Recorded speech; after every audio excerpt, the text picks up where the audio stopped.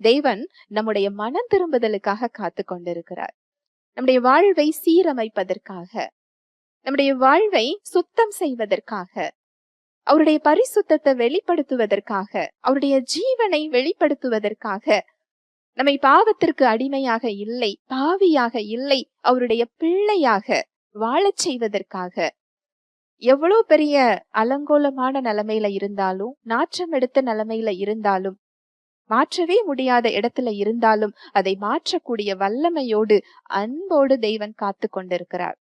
இந்த இடத்துல நாம செய்ய வேண்டியது அவருடைய அன்பை அறிந்து கொண்டு மனம் திரும்புகிறது மாத்திரம்தான். என் தேவன் என்னை நேசிக்கிறார், என்னை அன்பு செய்கிறார்.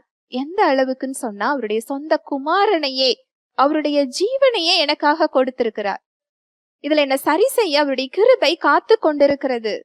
நான் மனம் திரும்பி என் தகப்பனிடத்திற்கு செல்ல வேண்டும் என்று நீங்கள் மனம் திரும்பினால் போதும், உங்களை ஓடி வந்து அணைத்து கொண்டு முத்தம் செய்ய அவர் காத்து கொண்டிருக்கிறார். ஹல்லேலூயா, பிரைஸ் தி லார்ட்.